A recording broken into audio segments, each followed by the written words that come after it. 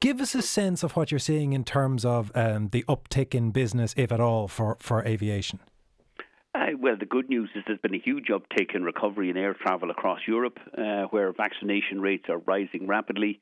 The EU launched this very successful digital green cert yesterday on the 1st of July. Most European states have been issuing it, particularly to their vaccinated citizens, for the previous 14 days. And people are now arriving all the way across Europe with their the QR code on their phones, proving they're vaccinated, and they're free to travel because they're not at risk of either catching COVID or spreading COVID.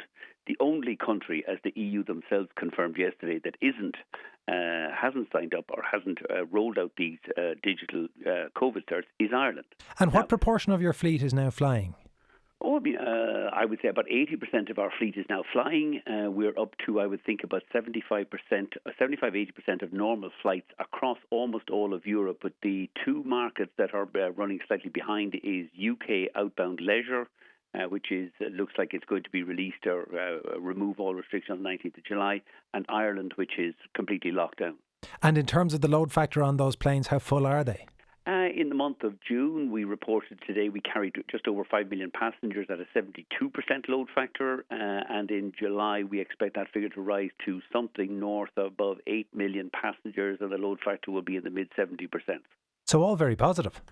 Hugely positive. I mean, I myself, I was in Brussels on Tuesday of this week. It was a different world. I mean, they had a meal in a restaurant. The bars are open. They have similar vaccination rates to Ireland. People are wearing masks in public, but there's almost no restrictions on people moving around or on flights in and out of Brussels. And what's your expectation for September, October, November? Because when we look across the water, who would have been ahead of us in aviation terms by maybe 4 to 6 months, airlines with similar business models to yours had an absolutely roaring summer.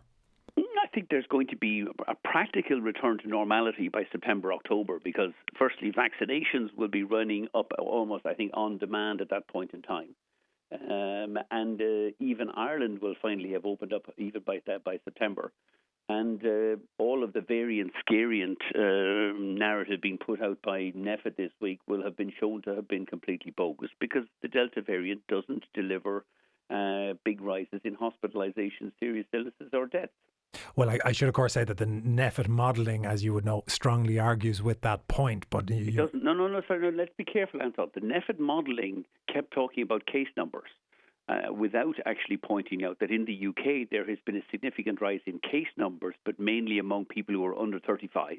It has not resulted in any material rise in hospitalizations or serious illness. No, but sorry, Michael, but NPHET's modelling predicts an increase in hospitalizations and an increase in deaths to more than 1,000 if indoor dining was maintained. Which is completely false, because it is not being mirrored. UK is running about 6 weeks ahead of us on the Delta variant, and their hospital cases, their serious illnesses and their deaths has not risen.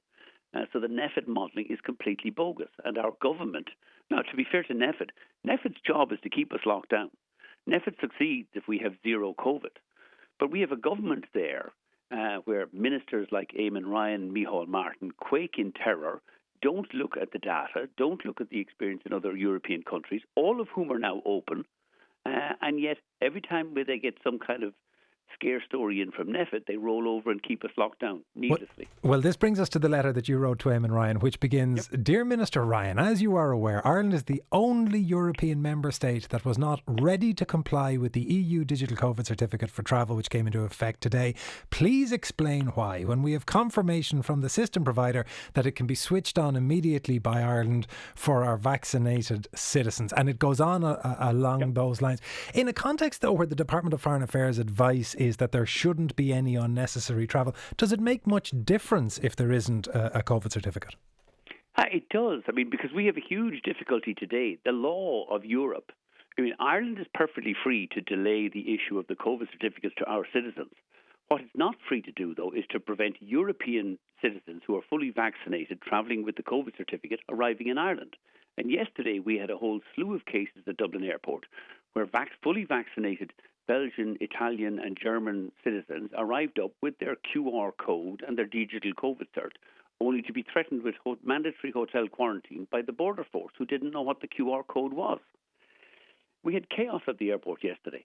and chaos being visited on fully vaccinated EU visitors who have a legal entitlement to come to Ireland because they're fully vaccinated, pose no threat to public health, and yet they're being told either they have to spend 10 days in quarantine or they won't be allowed in at all. Although, as frustrating as that must be for them, I assume it's a very small part of your business. It's a small part of our business, but it's a huge part of our tourism industry in this country. Nobody seems to pay any attention to the tourism industry, particularly here in Dublin. Everybody just kind of cleverly or lazily assumes, well, staycationers will fill the hotels in the west and the south of Ireland, which is probably true for July and August, although once the schools reopen in September, they'll be empty. But we have a huge hotel industry in Dublin that depends on UK and European visitors coming here, and they're the people who tend to stay in Dublin. Dublin's hotels are empty. Dublin's visitor attractions are empty. And we now have the bizarre situation that because of Eamon Ryan's abject failure to just switch on a computer, we have up to 200 million potential European visitors, all of whom are fully vaccinated, are now being illegally denied access to Ireland, despite the fact they pose no threat to public health.